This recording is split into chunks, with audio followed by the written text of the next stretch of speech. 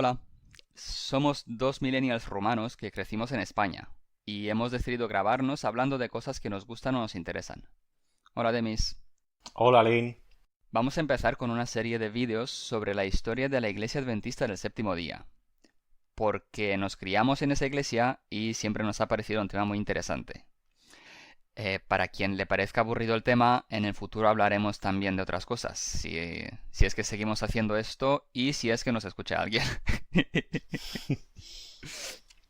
Mientras tanto, solo queda, antes de entrar en materia, mencionar que el que probablemente sea el mejor libro para leer sobre este tema, que es En busca de la identidad, de George Knight.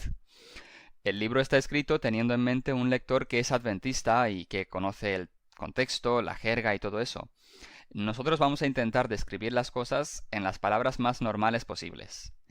Y si usamos algún palabra raro, lo vamos a explicar en cristiano para hacernos entender bien. O lo intentaremos. Ahora ya empezamos con el tema por donde hay que empezar, que es en el principio de los principios, más o menos. Hoy hablaremos de movimientos anteriores al adventismo que tuvieron su influencia en su nacimiento y en la forma que tomaría luego. Y vamos a empezar por el anabaptismo.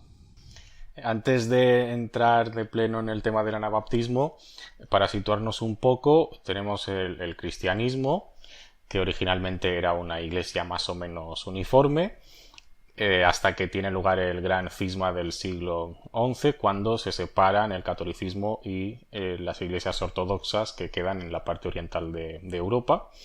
Y luego, en la Europa occidental, en el siglo XVI, surgen los movimientos protestantes, donde tenemos las iglesias históricas protestantes del luteranismo y el calvinismo, y tenemos este movimiento un tanto más marginal de los anabaptistas. ¿Quiénes eran exactamente los anabaptistas? A ver, eran un grupo que rechazaban todo lo que no consideraban bíblico. Aparecieron en Europa a lo largo del siglo XVI, eran contemporáneos de Lutero, Calvin, Zwingli, etc. Calvin eran muy dispersos allá por Europa, porque Calvin estaba en Suiza, Lutero en Alemania y había anabaptistas en ambos lados. Se especula un poco que uno de sus antecesores ideológicos son los valdenses, que eran un grupo de herejes católicos que se escondían en las montañas del norte de Italia para evitar la persecución de la Iglesia católica, ya que si les pillaban tendían a acabar en la hoguera, por lo que fuera. Pero la cuestión es que es un poco difícil y es difuso establecer con precisión de dónde surgen y quiénes eran exactamente los primeros anabaptistas. Solo sabemos que a partir de cierto momento están. Y en Y allá donde estaban lo pasaban mal y eran perseguidos y crucificados. Bueno, crucificados no, pero quemados en la hoguera unos cuantos. ¿Y qué es lo que creían, que les distinguía de los demás protestantes y hacía que fueran perseguidos en general? Lo más llamativo era que solo consideraban válido un bautizo si la persona había decidido por sí misma bautizarse. No los bautizos de los niños, que es lo que hace la Iglesia Católica, de bautizar a los bebés cuanto antes.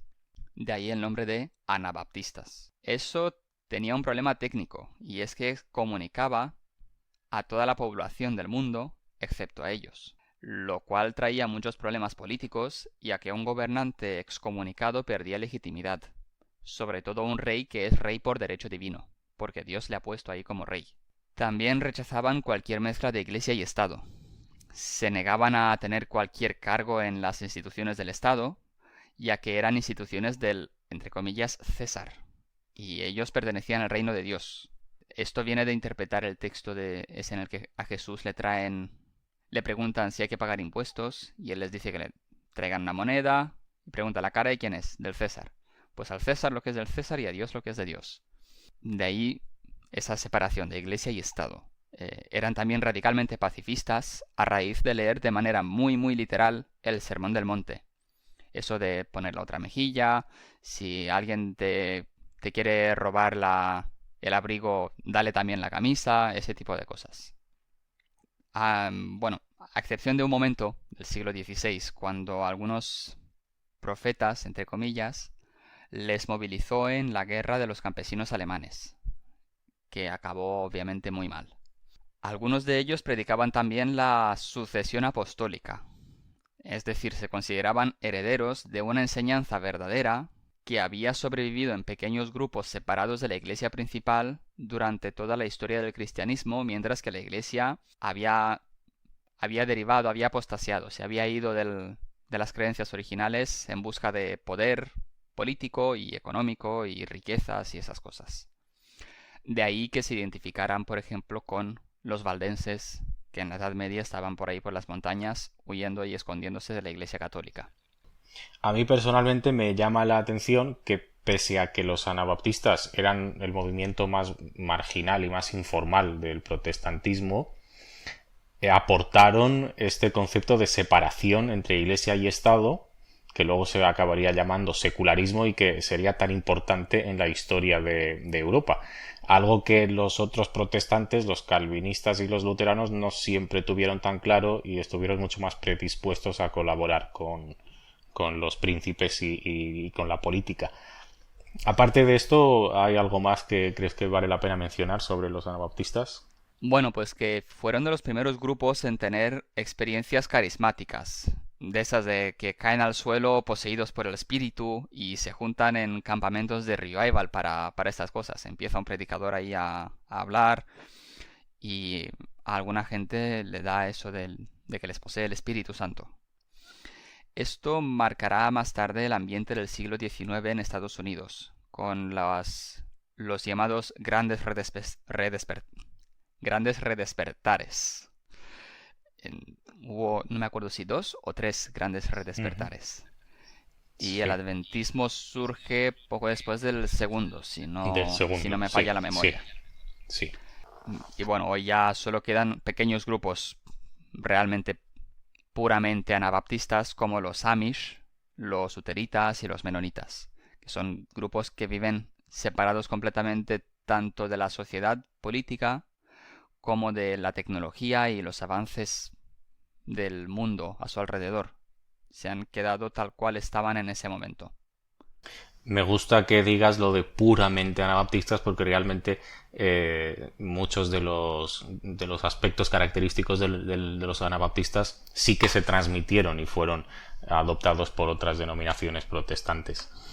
Antes de continuar con el siguiente movimiento, me gustaría puntualizar que el adventismo creo que se queda principalmente con el tema del bautismo de los adultos, el anabaptismo, con la idea de la separación entre la Iglesia y el Estado, porque veremos más adelante que realmente tuvo mucha importancia en la historia de la Iglesia adventista, incluso opinión personal, con ese cierto recelo que el adventismo tiene hacia los demás protestantes. Nunca tienen claro si los adventistas son del todo protestantes o no, y si los protestantes son del todo bíblicos o en cierta manera apóstatas, etcétera. Como ya has mencionado, en el anabaptismo ya aparece ese movimiento de redespertar, del que surge en Estados Unidos luego un movimiento muy amplio conocido generalmente como restauracionismo, que es el siguiente del que vamos a hablar. ¿En qué consiste el restauracionismo? Pues como tú muy bien decías, son herederos del anabaptismo en Estados Unidos, pero ya en el siglo XIX. Ellos querían restaurar el, entre comillas, cristianismo original del Nuevo Testamento. Consideraban que en el Nuevo Testamento estaba el cristianismo original, la Iglesia se fue apartando de eso y fue apostasiando a medida que empezó a buscar poder político y económico, y a medida que empezaron a caerle bien el Imperio Romano, les hicieron iglesia oficial y se convirtieron en una iglesia opresora que ha perdido sus orígenes. Ellos querían recuperar esos orígenes, y una de sus ramas, Christian Connection, es de donde vienen dos de los fundadores de la iglesia adventista, James White y Joseph Bates. Bates argumentará más tarde que el sábado es una de las cosas que se tienen que restaurar del cristianismo original. También creían que restaurar esas cosas eran necesarias para hacer posible la segunda venida de Jesús. Joseph Bates y James White también traen ideas contra la Trinidad de su pasado en la Christian Connection, porque entre otras cosas en la Christian Connection consideraban que la Trinidad es un invento católico que no estaba originalmente en el Nuevo Testamento, sino que la Iglesia se lo inventó en el Concilio de Nicea en el 300 y algo. No me acuerdo del año ahora mismo. A mí me parece que la conexión cristiana muchas veces es ignorada. De hecho, yo hasta leer a George Knight no tenía ni idea de que existían. Y sin embargo, fue un movimiento muy, muy interesante y con muchísima influencia en el adventismo. Porque no solamente estos dos pioneros tan famosos como White y Bates provenían de la conexión cristiana, sino muchísimos más. De hecho, muchos de los seguidores de la conexión cristiana acabaron formando parte del movimiento millerita y de las iglesias que luego se formaron a partir de ese movimiento.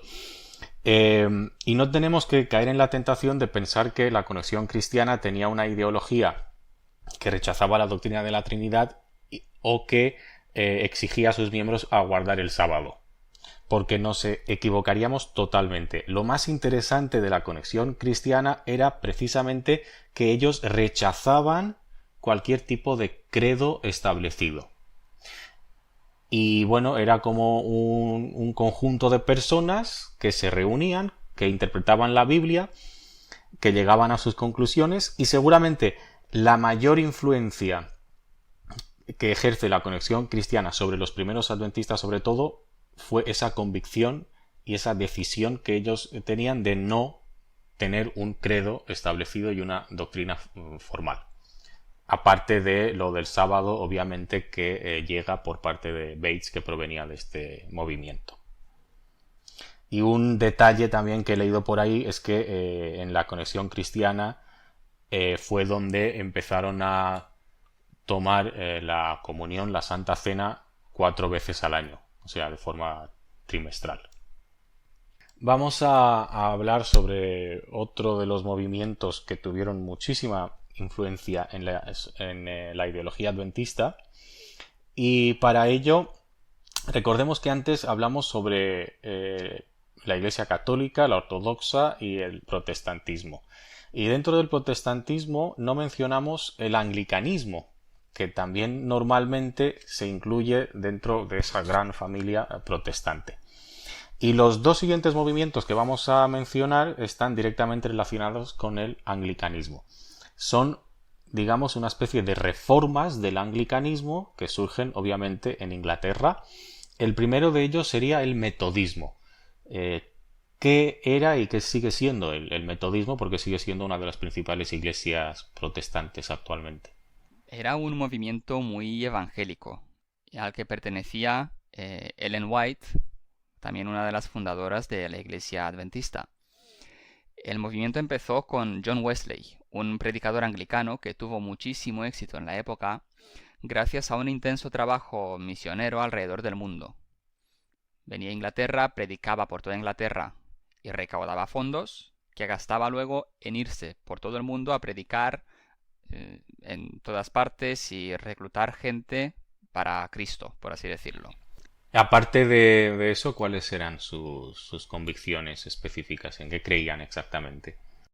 A ver, venían de una herencia puritana calvinista que era la de la predestinación. Calvin es el que había dicho que Dios ha predestinado a algunas personas a ser salvadas y a otras a perderse, y que uno recibe el regalo de la gracia divina, del perdón de los pecados y de sentir la necesidad de pedir el perdón de los pecados como un regalo de Dios. Y Dios ha predestinado a algunos a recibir ese regalo. El metodismo lleva la contraria a eso y propone la libre voluntad. Uno puede ser salvado si elige bien, o sea, uno tiene que decidir que quiere ser salvado y después ya pide perdón a Dios por sus pecados, Dios le perdona, etc. Esto resonaba muchísimo con los americanos, a los que la experiencia del día a día les decía que todo es posible si uno se lo propone. América, el país de las oportunidades, el sueño americano, etc. Los metodistas también enseñaban que Cristo murió por todos, no solo por los elegidos. y uno puede elegir aceptar ese regalo que Dios ha hecho a todo el mundo o rechazarlo. Es libre de hacerlo. También creen que el Espíritu de Dios intenta convencer a todos para aceptar la salvación y que uno, una vez ha pedido perdón por sus pecados, ha sido perdonado y restaurado y ha sido salvado, puede desviarse y volver al mal camino. Y vuelve a necesitar pedir perdón, arrepentirse de sus pecados, etc. Wesley, el iniciador del movimiento metodista, predicó la justificación por la fe hasta el punto de que se volvieron muy antinomianistas, es decir, muy opuestos al concepto de ley y obediencia. Eres salvado por la fe, no por lo que tú puedas hacer. Esto venía de Lutero. Se movían de dirección Calvin en dirección un poco más Lutero. Uno no es salvado por hacer muchas cosas buenas, sino que se le considera salvado porque Dios es muy bueno y no te tiene en cuenta todas las cosas malas que has hecho. Wesley intentó compensar este antinomianismo con el concepto de santificación, o el proceso de convertirse gradualmente en alguien más parecido a Jesús, en alguien más santo. Según Wesley, la conversión dura un momento, que es pedir perdón, arrepentirte y ya está. A partir de ahora estás limpio de culpa. Pero la santificación dura toda una vida. Estos conceptos se llamarán justificación imputada, o sea, se te imputa que ahora eres justo, y justificación impartida, o sea, que ahora participas de esa justicia ya en tu vida del día a día. Te comportas como tal, como una persona santa y buena. Y los vamos a llamar conversión y santificación gradual para simplificar y porque nos parecen más descriptivos así. Conversión, decido convertirme al metodismo, cristianismo o lo que sea. Santificación gradual, me voy haciendo más santo a lo largo que avanzo en mi vida. Este es el lenguaje que Ellen White heredó y que usó después en sus escritos, lo cual es un hecho muy importante posteriormente.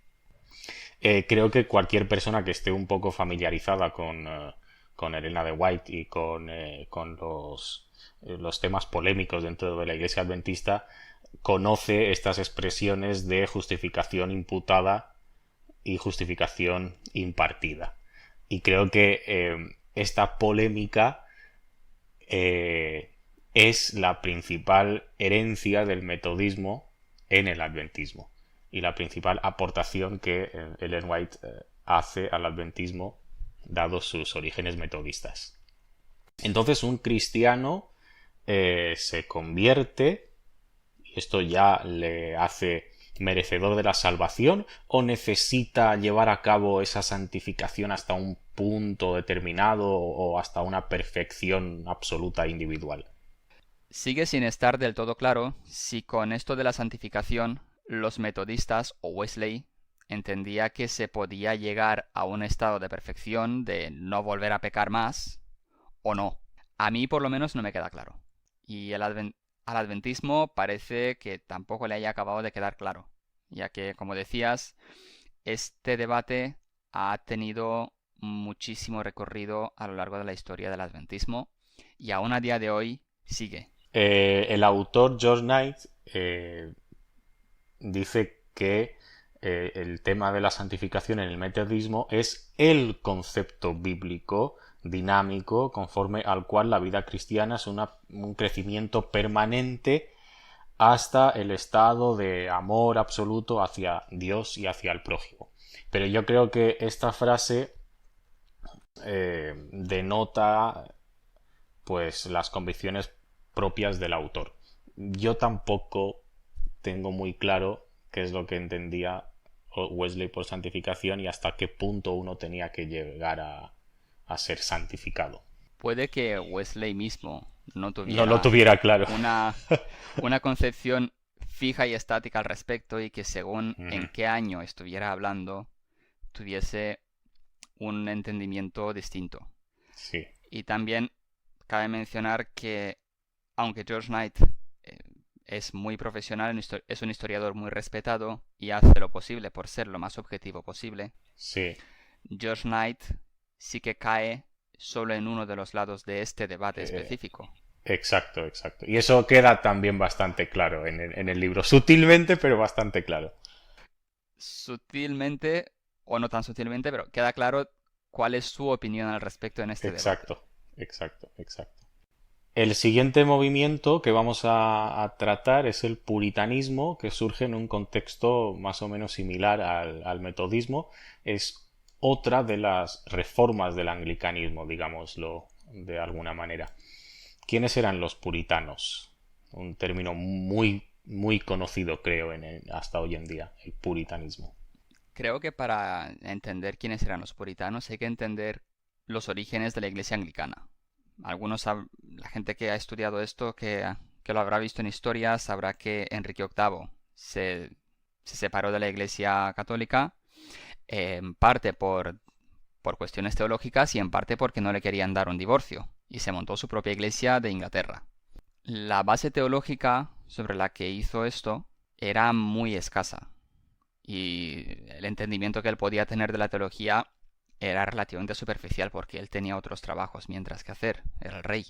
Así que la iglesia anglicana tuvo que inventarse a sí misma después de existir. A diferencia de Lutero, Calvino, que eran teólogos, tenían una teoría muy bien formulada en la cabeza, quisieron proponerla a la iglesia, les dijeron que no y luego se rebelaron. Esto fue, primero me revelo y ya luego me voy inventando una identidad, poco a poco.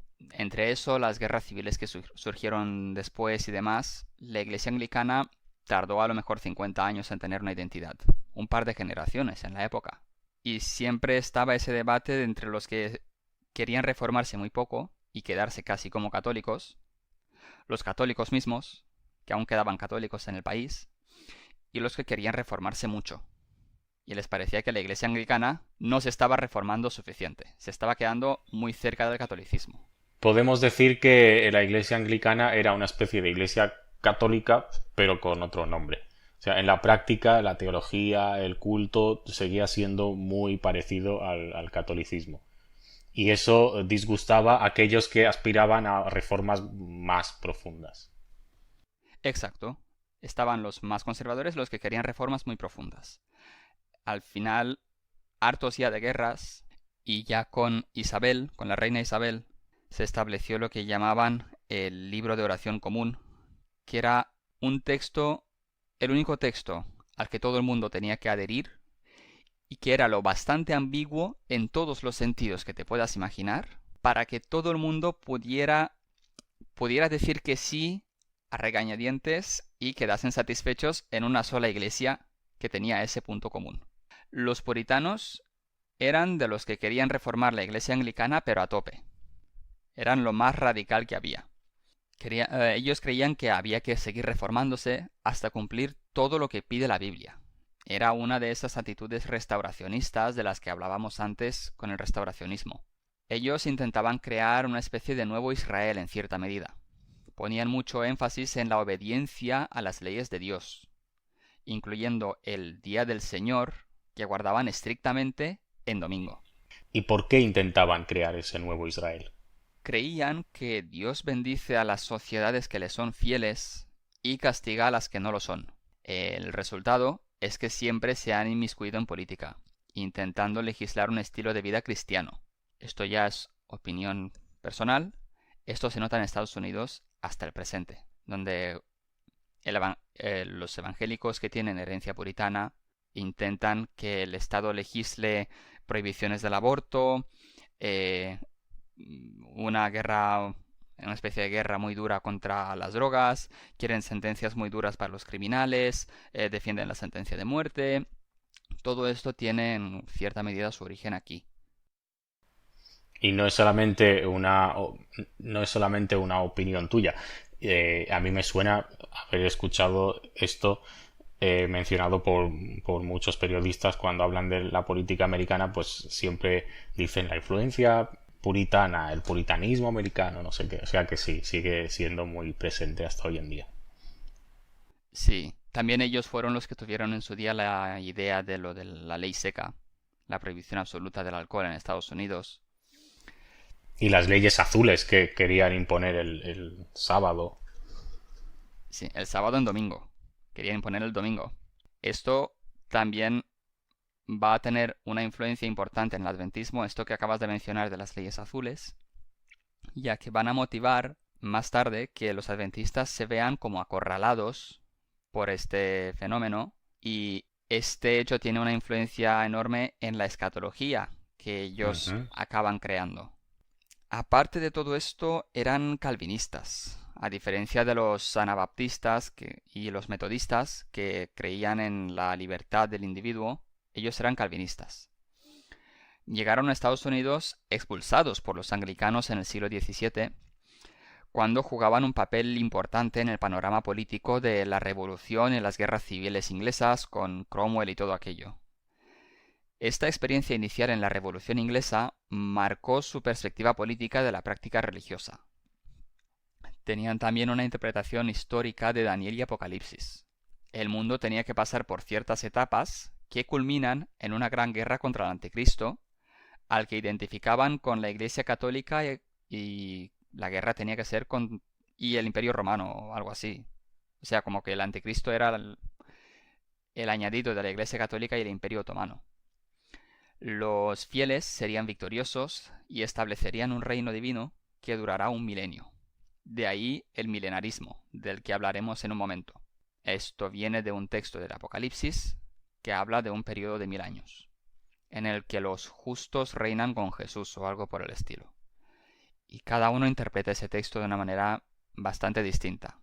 Otro elemento importante en este escenario era que habría un gran redespertar religioso antes de todo esto, y los judíos se convertirían al cristianismo en masa.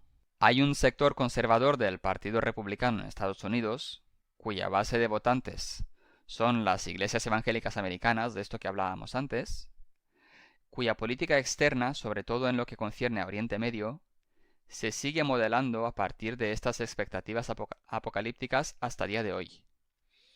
Y esto es un factor determinante, y esto no es solo opinión personal, sino también la de muchos analistas, de que es un factor determinante en el apoyo prácticamente incondicional que Estados Unidos tiene hacia Israel. Que eso no afecta tanto al adventismo, que es de lo que estamos hablando, pero sí al mundo en general de manera bastante importante. Sí, y bueno, define un poco lo que fue el puritanismo, la influencia que sigue teniendo hasta hoy en día. Un detalle que a mí me parecía interesante era que, como todos los demás, pues ellos insistían en la necesidad del estudio personal de la Biblia, y debido a eso tuvieron una gran influencia en el establecimiento de instituciones educativas, porque era necesario que la gente recibiera educación para ser capaz de leer de forma personal la Biblia. Y luego, la influencia que tienen los puritanos sobre el adventismo, pues creo que ha quedado bastante claro el tema de los 10 mandamientos y el sábado, que en oposición a ellos los adventistas escogen el sábado y no el domingo. Esa interpretación historicista de las profecías que sigue vigente en el adventismo hasta hoy en día.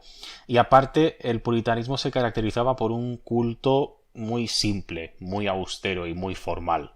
Y creo que el adventismo conserva eso, sobre todo en el adventismo rumano, digamos, por ejemplo, a diferencia de los adventistas de otros países. Y tampoco celebraban las fiestas que eran típicas de los demás cristianos. Ellos rechazaban la celebración de esas fiestas, algo que muchos adventistas, en función de lo conservadores que sean o no, siguen rechazando hasta hoy en día. Es verdad, hubo un momento, no me acuerdo si esto fue en Inglaterra o ya en Estados Unidos, en el que prohibieron la Navidad. Literalmente prohibieron la Navidad. De ahí que se ganaran en el lenguaje popular puritano, es una palabra casi despectiva que pinta a alguien que es muy estricto y es como una especie de Grinch que odia la Navidad. Y en gran parte se debe a eso, a que literalmente prohibieron la Navidad, por ser, según ellos, una especie de fiesta pagana y que no es bíblica, por tanto hay que prohibirla. Es un argumento que tú y yo creo que hemos escuchado muchas veces. O sea, nos resulta muy familiar. Sí, lo hemos escuchado literalmente en personas de carne y hueso. eh, de hoy, del siglo XXI. También tenían un estilo de vida muy austero. Predicaban en evitar todos los gastos superfluos, vestirse de manera muy sencilla, evitar los lujos. Eso tuvo también su influencia en el estilo de vida adventista posteriormente. Y esto ya es una curiosidad que te puede sorprender. Pero, al contrario de la acepción típica de los puritanos, de gente sin vida sexual, ellos tenían una vida sexual muy activa. Tanto que en las comunidades puritanas una mujer podía exigir el divorcio si su marido no la satisfacía en la cama. Esto ya es una curiosidad que creo que a más de uno le hará bastante gracia. Hasta ahora hemos estado mencionando distintos movimientos que pertenecen al ámbito del cristianismo, pero hay otra corriente filosófica europea de la época, no cristiana, que tiene también una relevancia significativa y una influencia importante en el adventismo, y es el deísmo. ¿Qué era el deísmo? Era la creencia de que hay un Dios, pero es distante y ausente. Algo así como el relojero que creó el mecanismo del mundo inicialmente le dio cuerda y después lo dejó funcionando. Todo es racional, no se cree en milagros ni en lo sobrenatural de la Biblia. La autoridad última es la razón. Había importantes personas que eran deístas. Una de las más famosas era Jefferson, uno de los fundadores de Estados Unidos, que tenía la famosa Biblia Jefferson, una copia personal de la Biblia en la cual había eliminado todos los milagros y quedaban solo las cosas estrictamente explicables naturalmente, y de los evangelios le quedaban las predicaciones de Jesús, pero ningún milagro. Para él eso era lo más puro del cristianismo, aquello que concordaba con la razón. No todos los deístas eran como Jefferson, había distintas ramas dentro del deísmo y no era un movimiento organizado como tal, simplemente era una corriente filosófica que muchos incorporaban en su filosofía personal, pero era una cuestión de carácter personal que además en la época no se podía expresar muy abiertamente por razones obvias. Era algo demasiado cercano al ateísmo, a no creer que hay un Dios, y mucha gente se lo guardaba para sí misma. Aparte de Jefferson, había muchos otros fundadores de los Estados Unidos como Franklin o Washington, que también eran deístas. Y esto me recuerda al argumento que muchas veces se utiliza para decir que los Estados Unidos tienen el cristianismo como base fundamental, pero en realidad los fundadores de los Estados Unidos no eran cristianos, eran deístas. Y muchos de los valores y los principios de los Estados Unidos derivaron de estos valores y convicciones deístas. Cierto. Y no era un movimiento puramente cristiano, ya que desde la perspectiva deísta, si Dios está ausente, todas las religiones del mundo lo que hacen es comprender parcialmente ese concepto muy abstracto de divinidad. Pero no se puede decir en ningún caso que un cristiano esté más cerca de la verdad sobre Dios de lo que lo está un musulmán, o un hindú, o un budista, o quien sea. A mí el concepto deísta de Dios me recuerda a ese Deus Otiosus que menciona Eliade, y que creo que les permite primero dos cosas. Uno, eliminar a Dios de todas las miserias que pasan en el mundo, pero conservando al mismo tiempo el creacionismo, es decir, damos un sentido a nuestra existencia porque nos ha creado Dios, venimos de un sitio, sabemos de dónde venimos, de la creación, Dios nos ha creado, pero al mismo tiempo no tenemos esa polémica de si Dios interviene en el mundo, y si interviene por qué pasan tantas cosas malas y por qué Dios no evita tal y cual. Ellos se ahorran toda esa polémica. Dios nos ha creado y ya nos ha dejado a seguir según unas leyes razonables. Y luego el creer que Dios está ausente de la creación les permite ser racionales o apostar por la razón. Esto sí, el cambio que esto supone básicamente es que la Biblia deja de ser la verdad absoluta y la razón humana se convierte en la autoridad absoluta. Y entonces ellos se permiten subordinar el texto a la razón y no al revés, no la razón al texto bíblico. Cierto, esto va a ser importante para el desarrollo de la política estadounidense.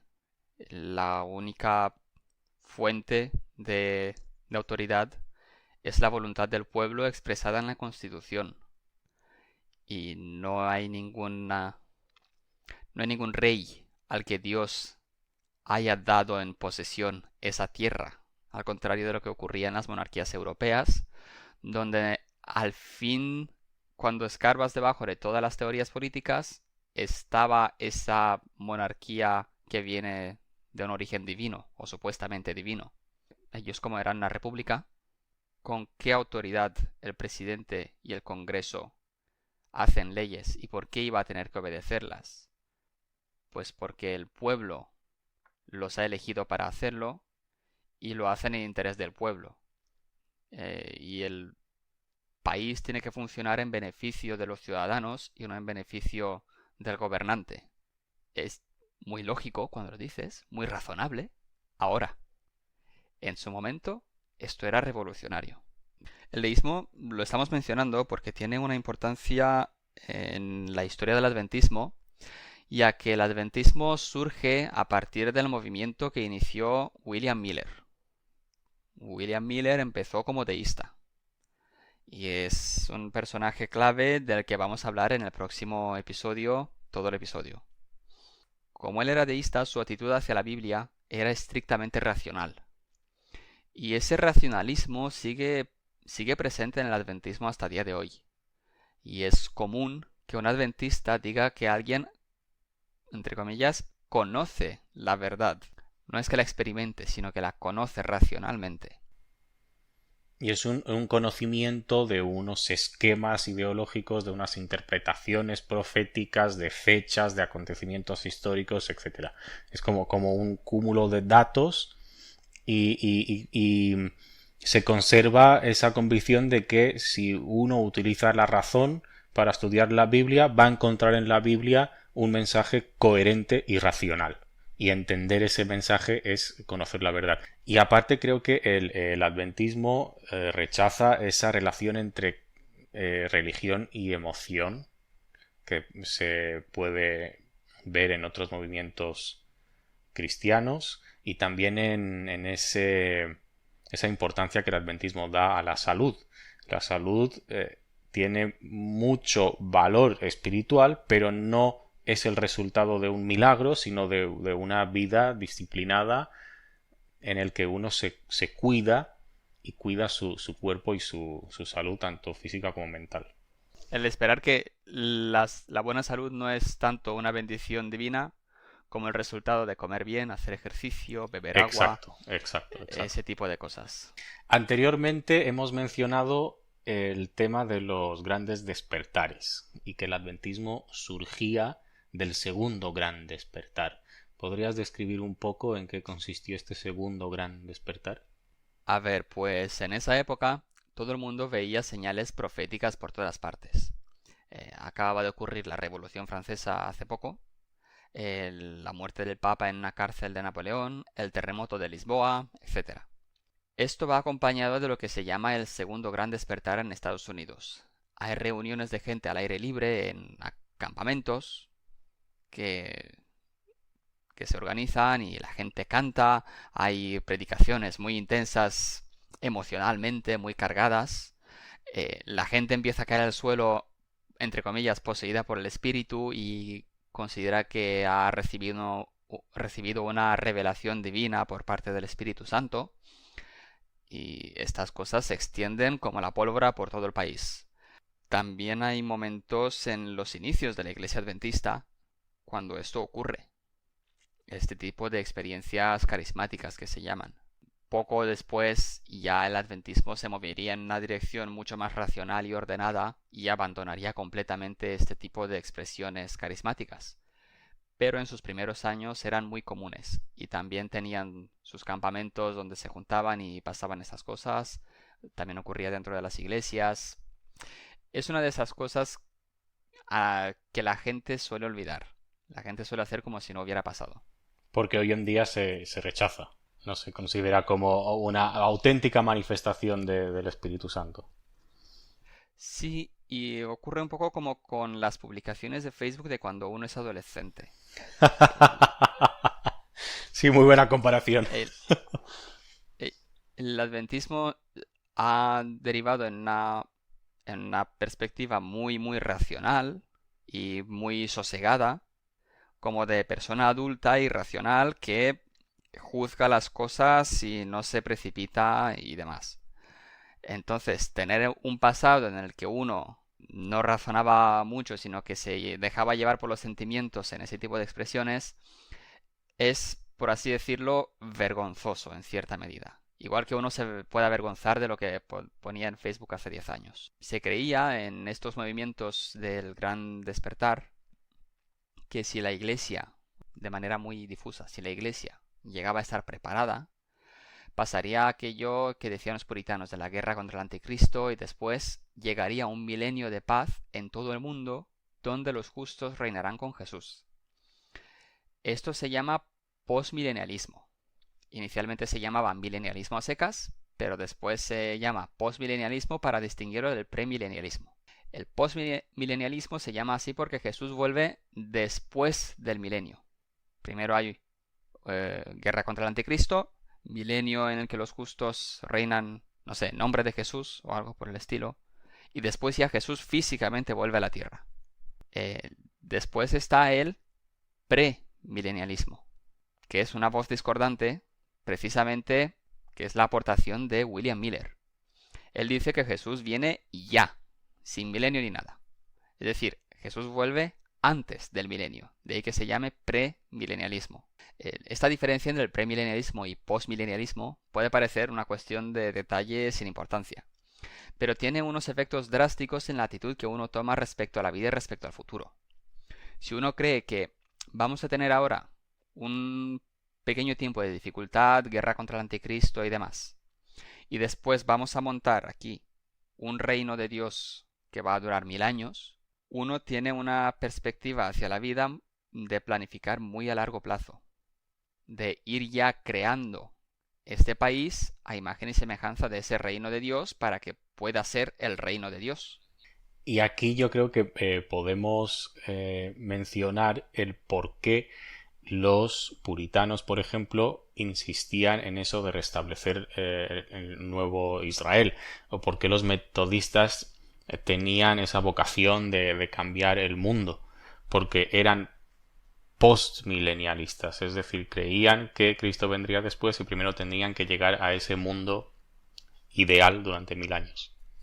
Sí, no estoy 100% seguro, pero si tuviera que apostar, apostaría a que Wesley mencionaba a menudo ese versículo que está en Mateo 24, donde Jesús dice algo como que el Evangelio será predicado a todo el mundo y entonces llegará el fin. Entonces, él tenía el deber de predicar el Evangelio a todo el mundo, en todas las partes del mundo. De ahí todo su esfuerzo por transmitir sus predicaciones alrededor del mundo y hacer esos viajes misioneros. Y efectivamente, esto motivaba en gran parte la actitud de los puritanos de inmiscuirse en política y querer establecer ese nuevo Israel. El premilenialismo, en cambio, dice que Jesús viene ya y todo lo que nosotros estamos haciendo ahora no tiene ninguna importancia. Igual que en Juego de Tronos, que vienen los caminantes blancos y todas las guerras entre las casas no tienen importancia, porque los caminantes blancos vienen a por todos. Aquí lo mismo, según William Miller, Jesús volvía en 1843-44, así que estar invirtiendo dinero, estar haciendo negocios, todo esto es inútil. Estar legislando y construyendo a largo plazo, ¿para qué? Si va a ser destruido en breves. Esto es una actitud radicalmente distinta respecto al futuro, muy, muy improvisada. Fomenta también esa actitud de predicar muy intensamente, de hacer esas misiones misioneras, porque Jesús vuelve ya y se lo tengo que contar a todo el mundo. Y gasto todos mis ahorros en contárselo a todo el mundo. Y esa es, además, hablaremos de William Miller en detalle en el próximo episodio, hablaremos solo de él, básicamente. Pero una de las cosas que están claras es que él no era un charlatán que intentaba timar a alguien. Porque después de todo aquello, él no acabó siendo rico. De hecho, él se gastó todo lo que tenía en lo que estaba convencido de que tenía que contar y de lo que tenía que hacer, que era gastárselo todo en eh, imprimir panfletos y cosas y repartirlos por ahí, y en viajar y contarlo en todas las iglesias donde le dejaran hablar, y no aceptaba donaciones para sí mismo de ninguna manera. Todo aquello muestra de alguna manera que él no fue un timador. Como mucho se timó a sí mismo en la misma medida en la que a los demás. Que eso también ocurre muchas veces en la historia con estos predicadores que predican el fin del mundo y demás. Muchos de ellos están francamente convencidos de lo que dicen. Y para mí, por lo menos, esa es una prueba de que están convencidos. No de que tengan razón, sino de que están convencidos de lo que están contando. ¿Lo dejamos aquí?